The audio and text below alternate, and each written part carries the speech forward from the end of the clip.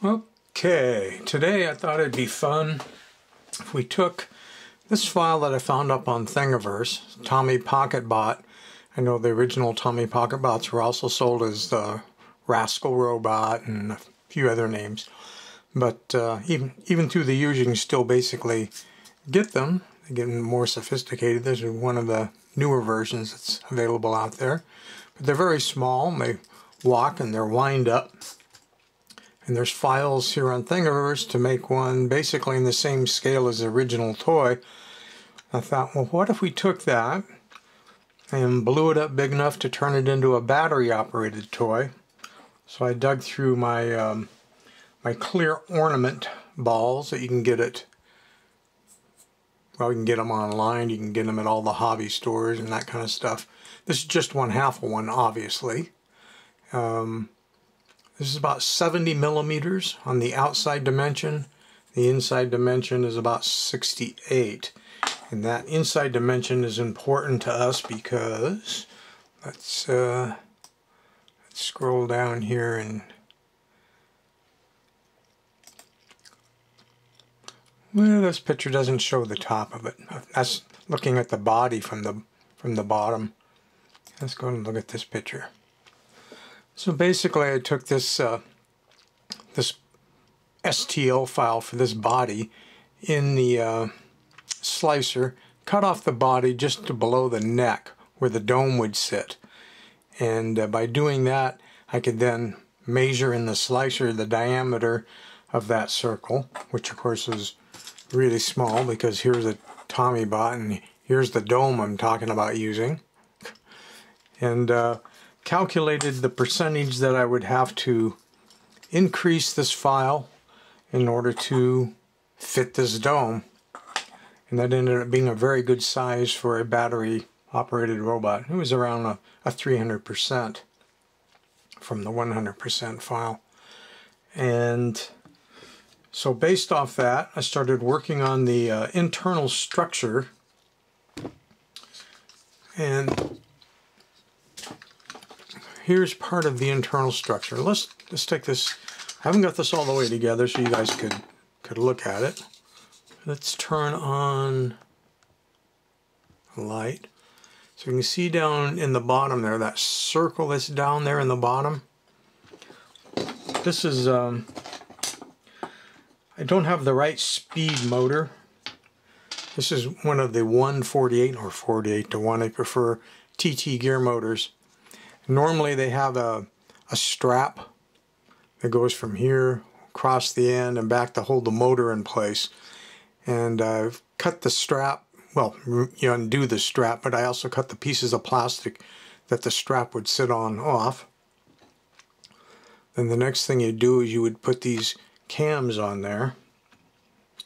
I do have some of the blue TT gear motors which run at the 90:1 gear ratio, which would be better. So you put the two cams on opposite each other, and then there's these leg pieces which would fit on there. And you can see this beautifully intricate piece prints actually on your print bed just like this with no supports. What a wonderful thing that is. And then the legs drop down through here, like so. If I push this motor down, it's going to be hard to get it out, but I'm going to do it anyway, just for you guys. So the motor goes all the way down in place till it hits those circles in the bottom. That'll hold that motor in. And before I would have slid it down in there, I would have soldered two wires onto the motor. And there's places where the wires, as you're pushing it down in, can fish out so you can get to it. Now there is a slot here that I'm going to put a 3mm shaft. Let me see if I have one.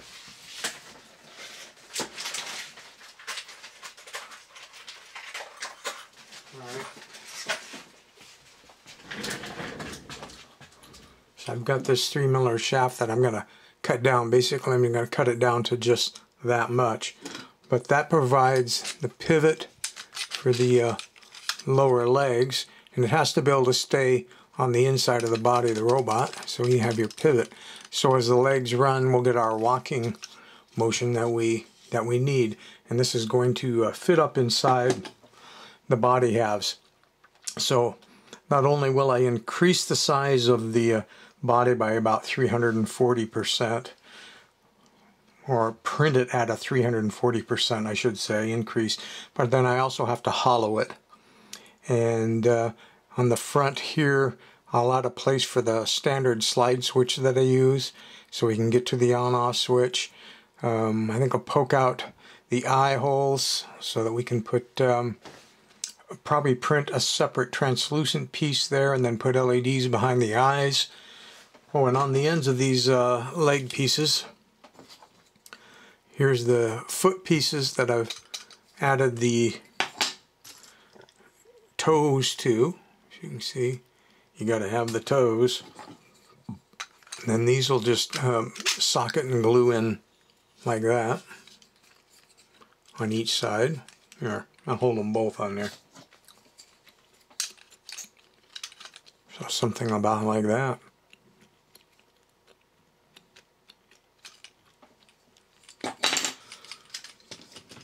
So, in the next video, hopefully I'll have printed the new scaled up body parts, hollowed out. This is the back, this is the front, so on this back I'll also notch that in. I'll put in a battery box holder tray big enough to hold a 2 AA battery holder, and of course a door, a battery door for closing. And what else?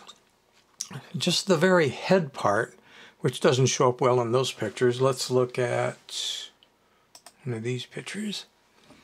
So this upper head part is a little bit too large, so I'm going to take that off, shrink it down a little bit, and then put it back on. So when it gets hollowed out and everything, the dome will actually fit and clear the whole thing. So consider this part one of the Tomy PocketBot project, or maybe we should come up with a new name because it's going to be too big to fit in your pocket. How about the Tomy Not PocketBot project? Or we could just keep the Rascal robot name that they also used to sell them under back in the day. Now they've given them some new name like Z Robot or something. Let's see who's making them now. I think they've sold the rights to somebody else. Yeah, this was 2010, a China version. And of course, the PocketBots were Japan.